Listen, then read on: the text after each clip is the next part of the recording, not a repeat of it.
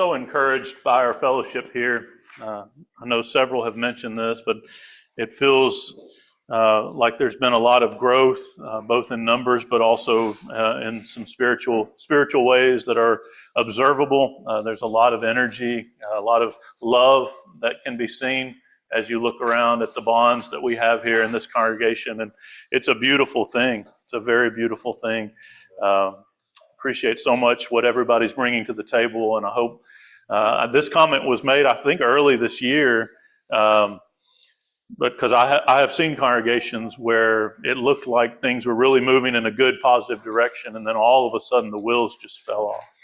And along with all of the joy and encouragement that I am getting right now, I would just caution everyone, let's not take it for granted for one, and let's keep working to hold it together for two. So. Real quickly, this was mentioned at the table. Thank you, Jeff. But the men who authored this book are going to be leading our services next Sunday morning. The class period is going to be focusing on the actual suffering, the physical nature of the suffering that he went through on the cross. And then following that, the second author will be giving us a sermon on the spiritual implications of that suffering. Why did he have to suffer that way? A death, as Jeff said, even a death on the cross. There's a lot there to consider. So looking forward to that service next week. The sermon for this morning is going to be starting a kind of a mini-series on lessons from the book of James. Anyone who's heard me preach or teach for very long knows that James is never very far from my mind. And I preached this as a sermon series in a meeting years ago. I was trying to remember, feels like 15 plus years ago. And I ran across the old notes for this. I was like, it's time. It's time to bring it back. So I think I've grown since then, and there's some changes certainly that are happening with the outline. But James, if you're familiar with it, or if you're not, it's a very practical book. It's a very practical book. To me, it's one of the easiest books to read and just glean lessons from, just lessons everywhere. And really, what this lesson series is going to do is just take sections of the text and go through and make points out of the text, similar to how we do in class periods. In fact, with this lesson, I won't be asking you to turn anywhere else. I've got a couple other verse references and another verse I'm going to put on the board. But if you turn to James 1 and get that text in front of you, you won't have to turn your page. You can stay right there.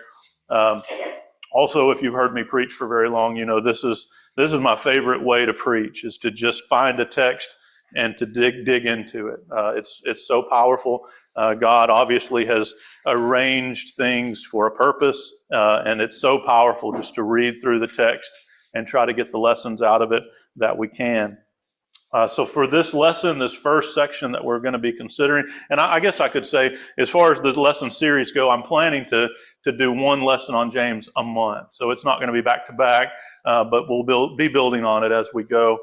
So this first lesson is going to be on James 1, beginning in verse 2. Of course, verse 1 is just his introduction, where he describes himself as a servant of God and of the Lord Jesus Christ. We have several reasons to think that this James is the James who was the brother of the Lord, and I think that it is interesting, the physical brother of the Lord.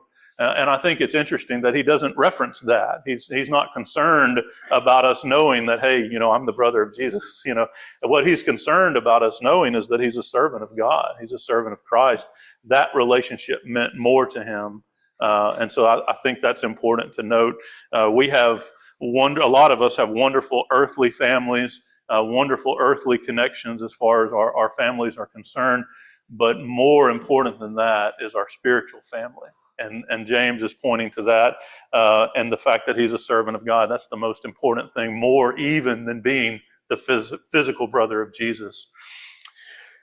What I'd like to do with this is just read the text. We'll read verses 2 through 17. And I think I'm going to go ahead and read verse 18, although we're not going to get into it this morning because it introduces the next section. It's hard to draw lines sometimes in the text, but we will be chewing on verses 2 through 17. So let's read this together. Count it all joy, my brothers, when you meet trials of various kinds, For you know that the testing of your faith produces steadfastness. And let steadfastness have its full effect, that you may be perfect and complete, lacking in nothing.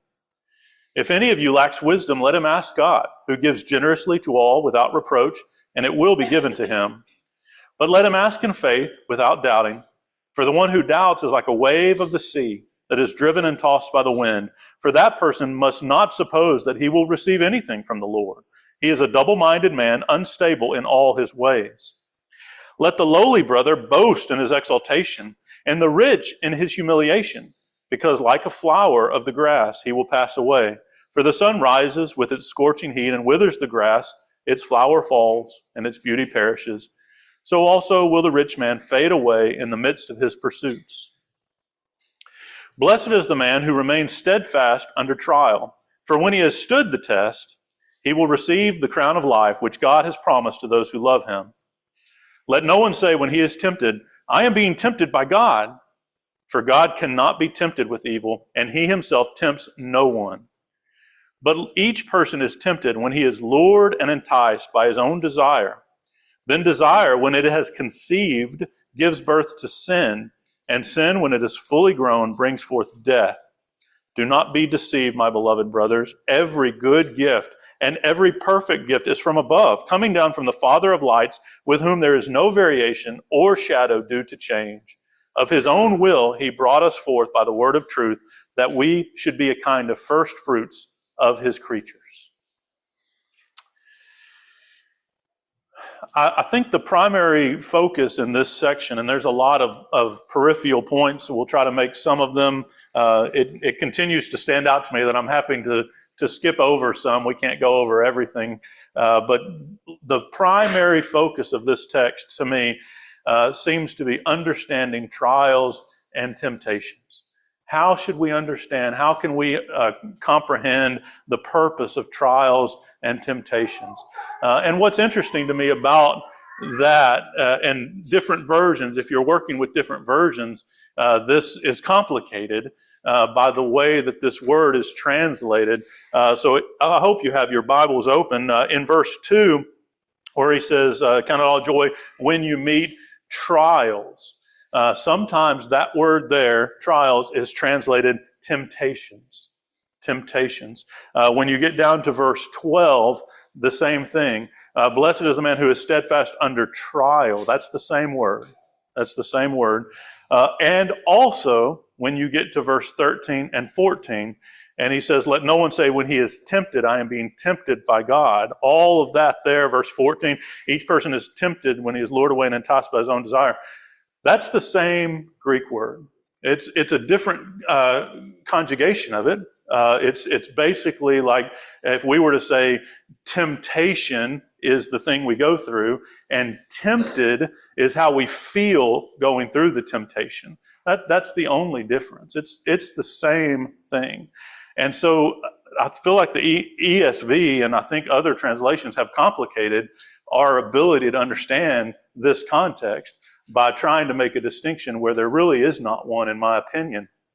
And I'll probably say this several times because to me it's so helpful, but the difference between something that is a trial, as we would think of it, and something that is a temptation, meaning I was tempted to do that. The difference between a trial and a temptation is what he talks about here in verses 14 and following. It's how we deal with it. It's how you deal with it. The same situation, the same trial, the same temptation can come upon a person. And if your heart is right and you deal with the temptation, you deal with the lust in the proper way, then you're not tempted, and you certainly don't give in to it. You deal with that at the root. You deal with it at the base. And so understanding where verse 2 begins talking to us about trials, understanding that a trial can become a temptation when our lusts take over, when our desires take us to an unhealthy place. And so I feel like it's very helpful to see that. Just for another reference point, if you want to, and we'll come back to this in a minute, but 1 Corinthians 10:13, if you were in the class Wednesday, my son Titus took us to 1 Corinthians 10:13, where He promises us that God will not allow a temptation to overtake us greater than we can bear, but with the temptation will give us a way of escape. In that verse, there's three usages of the word temptation there in 1 Corinthians 10:13, and it's the same one. It's the same one, trial, temptation. Basically, what he's promising there is he will not allow us to go through a trial that is too great for us, that we would have to give into it, that it would have to become sin, which helps us to understand the end of this text that we read. So we'll build on that just a little bit as we go along. And I am going to make another distinction in words, but I want to save that for just a second. So the first point that I want to make off of this text is here, right there in verse 2. And I'm going to highlight that word in yellow when I'm making this point, so you'll know that when we see this word from verse 2, when you see it in yellow on the screen, that's the same word that we're talking about at this point. Trial, temptation, a trial that can become a temptation based on our attitude toward it. It's a difficulty, it's a hardship, this kind of idea. And in verse 2, he tells us, count it joy, my brothers, when you meet trials. And in my Bible, I have circled and highlighted and bolded this word when, because that says a lot to me. It doesn't say, count it all joy if you ever go through a trial. If you ever happen to encounter a difficulty, count it joy. No, he's trying to prepare us for something inevitable. He's trying to prepare us for something inevitable. Trials are coming. Trials are coming. Life is full of them.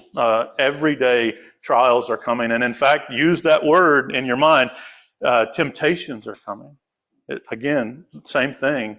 The trial, the temptation, the difficulty of life, a difficult diagnosis, or a loss of a loved one, or loss of a job. All these things that life throws at us. Trials, temptations, same thing. They're coming. They are coming. And having that mindset, knowing that they're coming, understanding that. Peter even says in his account, and we'll look at that in just a moment, not to be surprised. Don't be surprised when these things happen. When they happen, don't be surprised. They're coming, and we all need to be braced for it. We need to be braced for it in such a way as to mentally, spiritually be able to handle the difficulty so that it doesn't cause us to fall into sin. Off of that same point, trials are coming, and verse 3 tells us that is a testing. He uses the word, and this is, I've got in a different color so that we can understand the difference. And you'll see, I'll keep that theme, or I'll keep that format going as we go along. He says, count it all joy, my brothers, when you meet trials of various kinds, for you know that the testing of your faith produces steadfastness. And we'll continue with that in a minute. This word testing, the testing of your faith, is a different word. I think as Martin was reading it to me earlier from the ESV, sometimes in the New Testament it's translated proof. Is it translated that way here? The proof of your faith in the LSV? That's a very helpful way to look at it. The proof of your faith. Your faith, having been tested, has proven itself. It has proven itself. It has passed the test, basically. And so we can connect these ideas in our mind. I don't want us to see it as two distinct things. Obviously, the trials and temptations of life, the difficulties of life, we need to look at them as a testing of our faith. Our faith is being tested as we go through life. Our faith is going. When these things happen, your faith is being tested. And that's going to happen. Trials are coming. We will be tested. These are inevitable things that we need to understand. This idea, of course, it's a Hebrew word, but in Genesis 22 and verse 1, where we see the story of God asking Abraham to sacrifice his son, it uses the English word in the ESV, tested. God tested Abraham. The old King James translated that tempted Abraham, or I I think that's right. He tempted Abraham. It would be very confusing if all we had was the King James Version, because I think a more accurate translation of that is the idea of this testing or proving of Abraham. And we had a sermon not too long ago. I think it's on our Self-Will feed if you want to go back and think about the difference here between God testing or God tempting someone, as we'll get to later in the sermon. But thinking about life and all the challenges and difficulties of life as a test of our faith is, I think, appropriate. It's an appropriate way to think about things. We're going to go through difficulties in life. They're happening. They're going to happen. And in many ways, looking at that as God proving our faith, testing our faith. But again, as we'll get to in this text, He is not the source of temptation. And that's what the main distinction. He is trying to test us. He is trying to prove us, but He is not the source of temptation. We'll get to that more in a minute. The second point I'd like to make here, primarily from verse 2, is where he tells us in a very powerful way to have joy in these trials. Count it joy, my brothers, when you meet trials or when you meet temptations. As we said, same concept. This is so amazing to me. And I really think for people who have been Christians for a while, maybe we take this for granted. This is such it's not a point that's only found here. You can see it in Romans 5. You can see Jesus speaking to it in his sermons as well.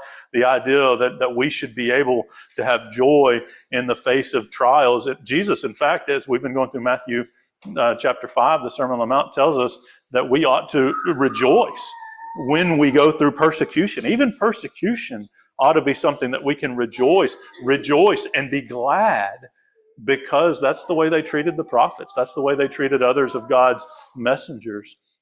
1 Peter 4 says the same thing. Rejoice insofar as you share the sufferings of Christ. If you're sharing Christ's sufferings, if you're going through life's difficulties and you suffer because you're a Christian, you should be able to rejoice.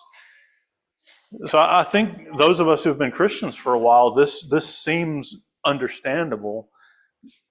To someone in the world, this makes no sense. How can I have joy in trials? How can I have joy in difficulties? How can I rejoice when I'm going through hard times?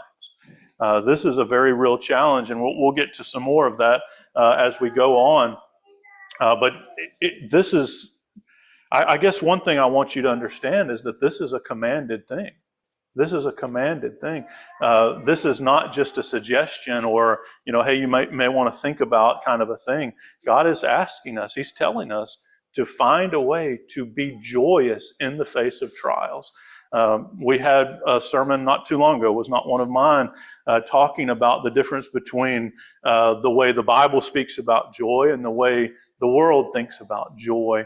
Oftentimes the world thinks about joy in terms of just this momentary happiness that you feel because things are going well. And that's not what this is talking about. This is talking about a deep, abiding joy because you understand things. You understand what really matters. You understand who's with you. And that's really, as we get deeper into this, you're going to see it. And I think from a Christian's perspective, it is so powerful because we know ultimately the victory is ours. Ultimately, all that matters is if my faith passed the test. You can think about, Romans 8 and several things that he tells us there in Romans 8. But the suffering of this present time, the difficulties of this present time are not worth comparing to the glory to be revealed to us at the end. And so the trials and the temptations of this time, of this moment, are nothing compared to the glory that God's promising to me. And so if I can have my mindset right, I can have joy in the face of temptations. In the wording there, and I think a point could be made either way, but when you go back to the wording in verse 2, count it all joy, my brothers, when you meet trials of various kinds. So when are we supposed to have the joy? I think a lot of times we can have gone through a difficult period, and if our faith passes the test, if we remain steadfast and strong and get through it, we get to the other side of the trial, oftentimes we can look back with joy and say, oh, that was good for me. That was good for me to have gone through that. And I think that's really kind of the next point that we're going to be developing is there's growth and there's wisdom that's gained through these trials. We get stronger, we get better as we go through trials and temptations, difficult times. And so we'll develop that point. But in verse 2, he told us that we need to count it all joy when we meet these trials. And to me, as I think about that, what God is asking me to do is find a way to be joyous even while I'm going through it.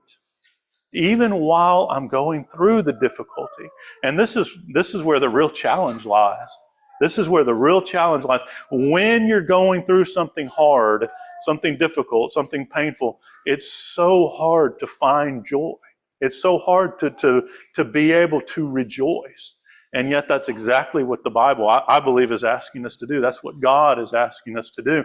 The only way to do that is to look forward through the eye of faith and to know the suffering of this present time is not worth comparing to the glory that's to be revealed to us. We can look past the suffering of this moment and we can have joy because we know the victory is on the other side.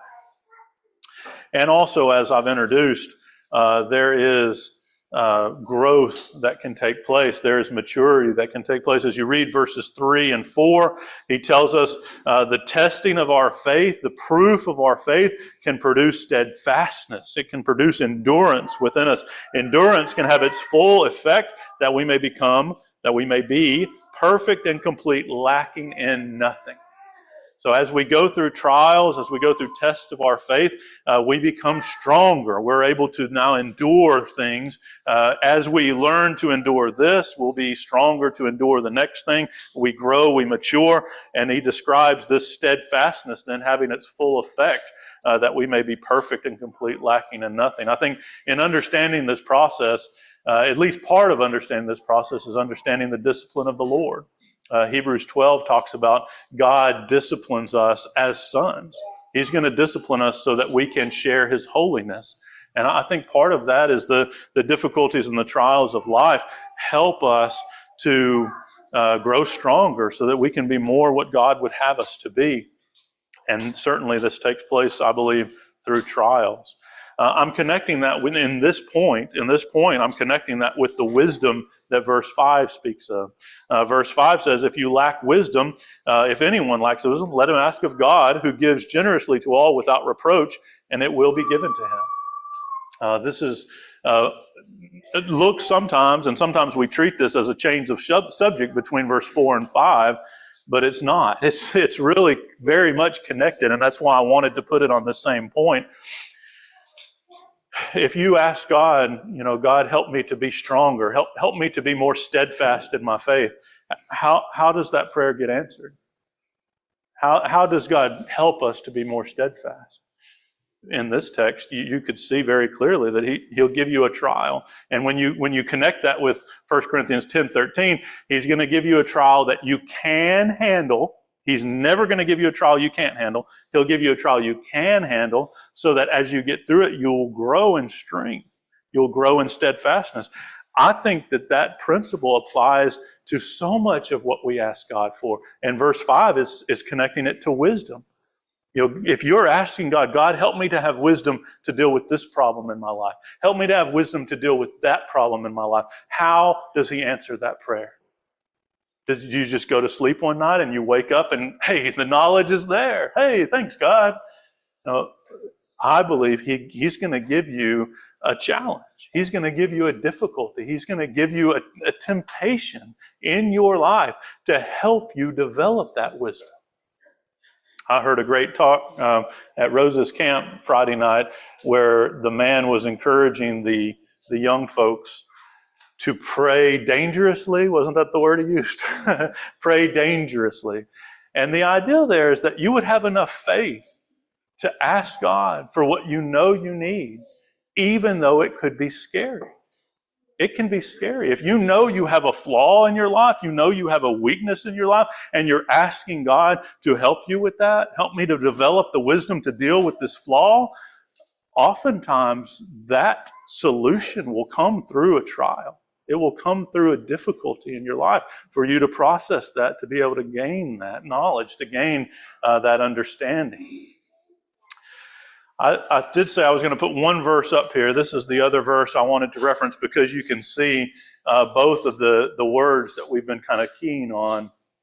1 Peter 1 and verse 6, Peter says, "In this you rejoice, though now for a little while, if necessary." So there's the when you encounter various trials. Well, Peter says it's necessary. If necessary, you've been grieved by various trials or temptations, so that the tested genuineness or the proof of your faith, more precious than gold that perishes, though it is proved or tested by fire, may be found to result in the praise and glory and honor at the revelation of Jesus Christ. Here, Peter explains this process as a testing through fire, a trial by fire, which helps us to come out refined as gold. The scriptures use this imagery a lot. Life is this proving ground that's meant, God is using it in a way as to burn off the impurities, the imperfections, the worldliness in our lives so that we can share His holiness, as we pointed to in Hebrews 12. And these trials and temptations are a proving ground for our faith, a testing by fire, if you will. So we see wisdom and growth coming through the face of these trials and tribulations.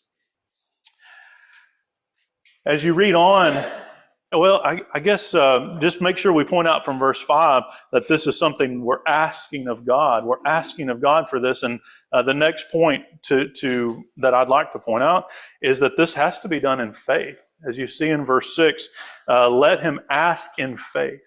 So remember, our faith is being tested. That's verse 3. Our faith is being proven. And so as we're asking God for things, we're trying to approach Him with what we need, what we would like to have. It's got to be done in faith. And of course, verse 5 told us He gives to all generously without reproach. He's going to be trying to give you what you need. He's going to be trying to give you those good gifts. We're working our way toward that in verse 17, obviously. Every good gift comes from the Father. So we can see connections just abounding in this text. But when we pray to God, God, help me to have wisdom, help me to understand this problem and have the strength to get through this trial, He's going to give you what you need. He gives to all generously and without reproach if we ask in faith. And this is where you understand, or we should understand, that if we don't have faith as we should, if we ask, as this verse describes, with doubt in our heart, ask with doubting. He describes us as a wave on the sea, driven and tossed by the wind. He describes that person in verse 8 as being double-minded, unstable in all his ways. So this is what our faith needs to be tested so that we can become more steadfast, more sure, so that this is not our reality, so that we're not unstable in all our ways. We need life. We need God through life to give us challenges as we can handle them, so we can gain strength, so that our faith, having been tested, can come out stronger and better, so that we are not driven and tossed by every wind, unstable in all our ways. You may say, well, as I'm describing that, there's kind of a catch-22. You know, how can I get faith unless I have faith? How can I get wisdom unless I have wisdom enough to ask in faith?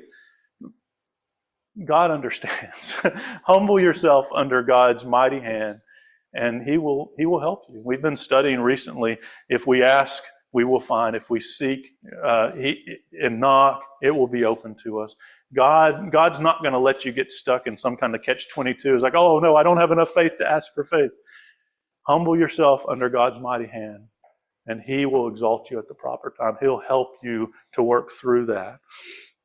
Part of this point here, I wanted to connect with verses 9 through 11.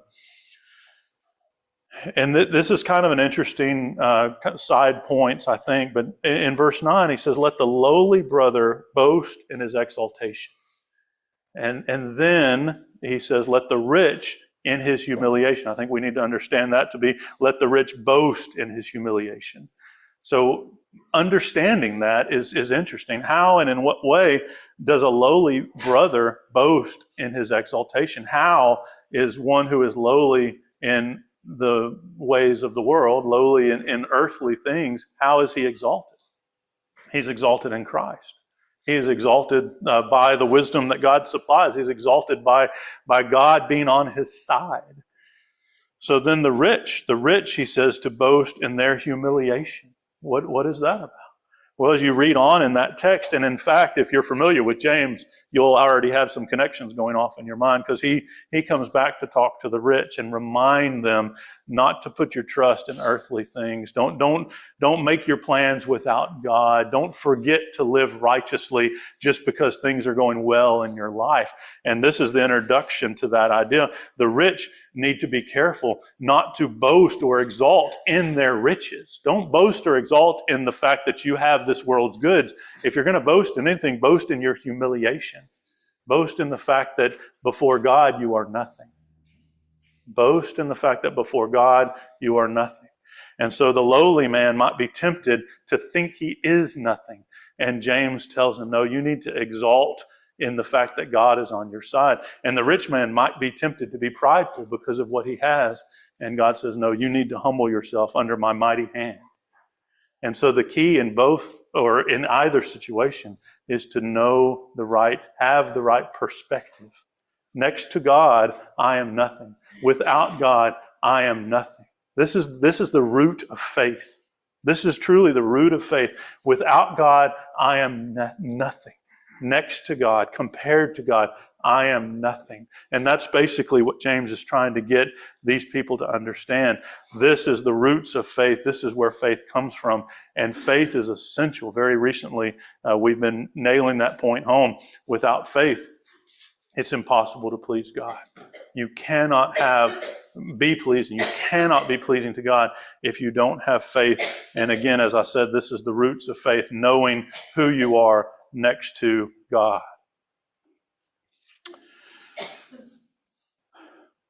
In the next verse here, verse 12, you see, and again, this is one of those verses that sometimes we're able to pick out and treat it kind of by itself, or sometimes we'll skip over verses 5 through 11 and we'll just connect verse 2 through 4 with verse 12. And obviously there's super powerful connections between all of that, but I hope that you can see some of the other connections that we've been making along the way. But he describes here in verse 12 the blessedness, the happiness that will come to the man who remains steadfast under trial. And I've got that highlighted here so you understand that's the same word from verse 2. Blessed is the man who is steadfast under these temptations, for when he has stood the test, he will receive the crown of life that God has promised to those who love him. Once we have passed the test, the second verse, or second word there in verse 12, that is again the same the same word from verse 3. So the trial and the temptations put us through test, put us through proving, and only if we have passed the test, only if we have endured, will we receive this crown of righteousness that he promises. This connects to so many other thoughts in Scripture. We understand from so many other places the reality of this. In Revelation 2 and verse 10, is a powerful statement where he's talking to the church at Smyrna. Revelation 2:10, he says, "Be faithful unto death, and I will give you the crown of life." Be faithful unto death. We've got to endure. We've got to persevere. We have to make it through the trial in order to get the reward. Hebrews 10, beginning in verse 35, is another great text. Hebrews 10, beginning in verse 35, he tells the brethren there, don't throw away your confidence. Don't give up on your confidence. When you became a Christian, that came with the confidence of heaven. That came with the promise of eternity with God. Don't throw that away. And in that text there, Hebrews 10, beginning in verse 35, he says, you have need of endurance. We all have need of endurance. And this is the same ideal here. The man who remains steadfast under trial is going to receive the crown of life. He is the one who's going to receive the reward. The passage that we went to in 1 Peter a minute ago, if you go 1 Peter 1 and verse 8, he says that if our faith comes through the proof, through the testing, the necessary testing, if our faith endures that, then we obtain as the outcome of our faith the salvation of our souls. The outcome of our faith is the salvation of our souls, but we have to remain steadfast. We have to stay steadfast through the trials and temptations that life throws at us. So now point 6. Point 6 from verses 13 and 14. This text is one that we have pointed to several times in the last few months. I pointed to it as we were going through the Sermon on the Mount. Jeremiah pointed to it as he was going through his sermon about the efforts of the devil, the fact that the devil is trying to attack us, and his tool, the main tool in his toolbox. He got several variations, but the main tool he has is our own lusts. It's our own lust. As you read these verses, he tells us, let no one say when he's tempted, I'm being tempted by God. God cannot be tempted by evil. He himself tempts no one. Each person is tempted when he is lured and enticed by his own desires. Amen. We are all tempted by our own desires. This is the source of our problem. The battle is within our heart. Satan has some power. And Jeremiah did a great job, I thought, of presenting the wiles of Satan and the schemes of Satan. I don't understand all of this. I don't think anyone does. But God has allowed Satan some power within this world to tempt us and to try us and to put things in front of us thinking that he can get us to trip up. Of course, God is faithful. He's not going to allow us to be tempted beyond what we're able. We understand that. So you can go to the book of Job and you can see this in story form. But Satan is asking for permission to tempt us and to test us by putting things in front of us. And God allows certain things to happen that he knows we're capable of getting through so that we can become stronger. But we must never think that God is the one tempting us. And even if we go to the other extreme and say, well, the devil made me do it, the devil made me do it. Like, well, he was involved, but who's the real enemy? Your own lusts. Your own lust. That's where the battle lies. Understand the battle. Understand the battlefield. In Jeremiah's talk, he was referencing a book. It's a really powerful, simple read called The Screwtape Letters, and it describes from the devil's perspective, from the demon's perspective, how Satan might try to tempt someone. And it's two demons corresponding back and forth about how to tempt men, how to tempt mankind. It's a real interesting perspective. I'd ask you to take that concept and sit down and write yourself a letter. If you were Satan and you wanted to destroy you, if you were Satan and you wanted to destroy you, what would you do? What temptations do you struggle with the most? What challenges, what weaknesses do you know you have? If you were Satan, where would you attack yourself? And think about that. Why? Why do that? So we can be aware. Satan is going to come at us. He's going to attack us. He's going to try to destroy us. And he has some power, but ultimately he has no power beyond our own lusts. If we can get a hold of our own lusts, if we can get a hold of our own passions and desires, then we can stay on top. And of course, God is helping us with that. And I'd reference you back to verse 5. God, how can I have the wisdom to overcome my lust? Think about it. Write it out. What lusts are you dealing with? What passions are your weakest? And pray to God, give me wisdom to overcome those. And I promise you, he is faithful and righteous. He will generously give you the wisdom that you need to deal with those. But you've got to look for them. You've got to examine them. You've got to know that Satan's looking for them, and he's going to attack you whether you're ready or not. So get ready. Count it all joy when you meet trials or temptations of various kinds. They're coming. And they're coming at least in part because Satan's not letting up. Satan's coming at you, and he's going to put the trials and temptations because he thinks he can destroy you with them. And God says, no, If you're anchored to me, if you're looking for my wisdom, I'll help you through all these things. They can end up resounding to your benefit if you will just have faith in me. But temptations come from within. We need to understand that. Also, seventh point I'd like to make. I know most here have heard me make this point before, but it's been a great thing for me to remind myself of through the years. The temptation itself is not sin. When we feel tempted to do something, I know with that temptation oftentimes comes guilt. We feel guilt just because we're tempted. Just because the lust is present, we feel guilt. And I want you to understand as we read this verse, he says, the desire, when it has conceived, I'm reading verse 15, gives birth to sin. When sin, when it's fully grown, brings forth death. So the desire, the lust, once it's conceived, brings forth sin. But the desire or the lust in and of itself is not sin. So yes, it's got to be dealt with. Yes, we need to try to root it out. Yes, we need to get a handle on the lust, the handle on the desire. But we don't have to feel guilty just because we had a lust, just because we had a desire for something that we know is not godly. Yes, it's got to be dealt with, but don't feel guilty just because you had that. One of the main points I would ask you to consider is in Hebrews 4 and verse 15. In Hebrews 4 and verse 15, we're told that Jesus was tempted in all points like as we. And that word is the same word that we've been talking about in yellow here, the trials and temptations of life. Jesus was tempted in all points. How does temptation come? Where does temptation come from? It comes from within.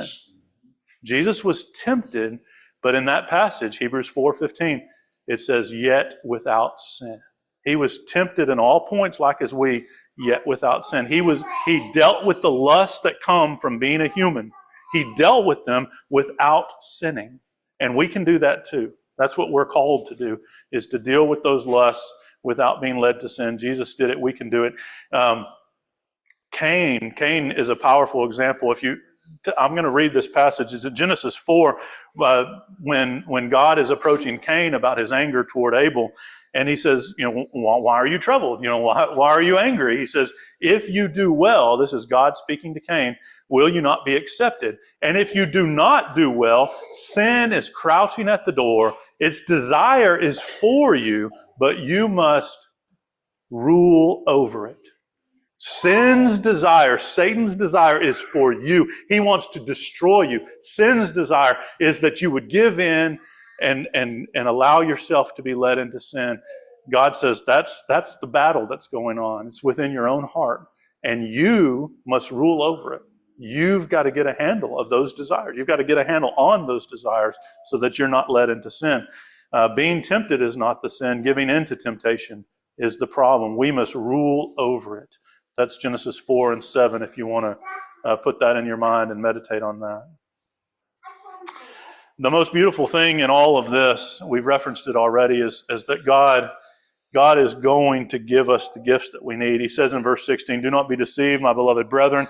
And I think in this, do not be deceived, he's pointing back to the possible misconception we could have about lust. We could misunderstand where sin comes from. I was forced into temptation because of God, or I was overcome by temptation because of the Satan. Like, don't be deceived by that, but also don't be deceived by where good things come from. Every good and perfect gift is from above. Every good and perfect gift is from above. This is such a beautiful thing. I know from talking with several of you that this is already in a lot of our minds, but something good will happen in our life, something wonderful. And a lot of times, as we've said, it'll come through a trial, it'll come through a temptation, and we'll be looking back and we said, that was a really tough time in my life, but because I've got through it, now I see benefits from it. Now I see good that has come from that hard thing. And we say something along the lines of, maybe that was from the Lord. Maybe that was a gift from God. And I think, we have to be careful about thinking that we can figure out the mind of God and thinking, okay, so A happened because of B, and God wanted me to get to here so I could get to here, and then God wanted me to get to here. So, be careful about assuming you can figure out all of God's purposes. But one thing we can know, this verse tells us unequivocally, if you got a good gift, if you got a perfect gift, if you got something that helped you to gain wisdom, if you got something that helped you to gain strength, where did that come from? Every single time it came from God. Amen. Every single time it came from God. Anytime something has happened in your life that you can see good and beauty from, make sure you give the glory to God. It doesn't get to you unless God gave it to you. So we need to know that. We need to have faith in that. The description of God here, the Father of lights with whom there's no variation or shadow of change, that's a beautiful description of God. There's no change in him. He is perfect. He is wonderful. This connects to several thoughts we've had in our minds. Remember from Matthew 7, we looked at in class this morning, God knows how to give good gifts to his children. They may not always seem good in the moment. Sometimes a good gift might be a trial. Sometimes a good gift might be a temptation that you really would rather not go through. But God has something in mind. If your faith can be steadfast and immovable, good can come from that. So try to find the joy in the middle of that. Try to find the purpose and the meaning in the face of that trial, because oftentimes God gives good gifts through the difficulties of life. Also recognizing what Romans 8:28 says. Romans 8 verse 28, God causes all things to work together for good to those who love him, to those who are called according to his purpose. And we make the point about that verse. That does not say that only good things are going to happen to Christians. It doesn't say if you're a Christian, nothing bad will ever happen to you. What does it say? He can and he will cause all things to work together for good to those who love him.